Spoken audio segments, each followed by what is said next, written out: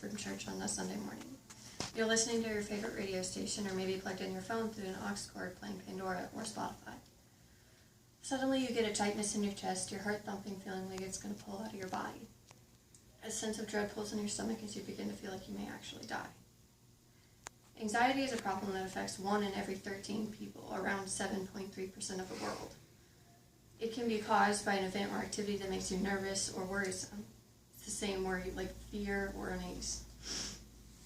It can be a reaction to your stress, but it can also occur in people who have no obvious stressors. Both anxiety and stress cause physical and mental symptoms, the most obvious of which includes increased heart rate, rapid breathing, restlessness, trouble concentrating or difficulty falling asleep, and lightheadedness.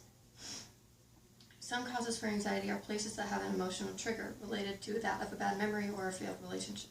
It usually develops gradually, as though it were simmering in the back of your mind until the trigger releases everything at once, resulting in what is called an anxiety attack. For me personally, the worst trigger would be when I'm driving. Most of the time, I'm behind the wheel. There's no problem, but there's always that one time, just when I think I've overcome my trigger, that it comes back and sets me back right where I started. Some people have asked me what made this my trigger. I had an aunt, one that I always told I looked like and acted like was basically her. I was also called, some people teased that I was her child or reincarnation of her. I never got to meet her. She was in a car accident with her drunk boyfriend who happened to be driving.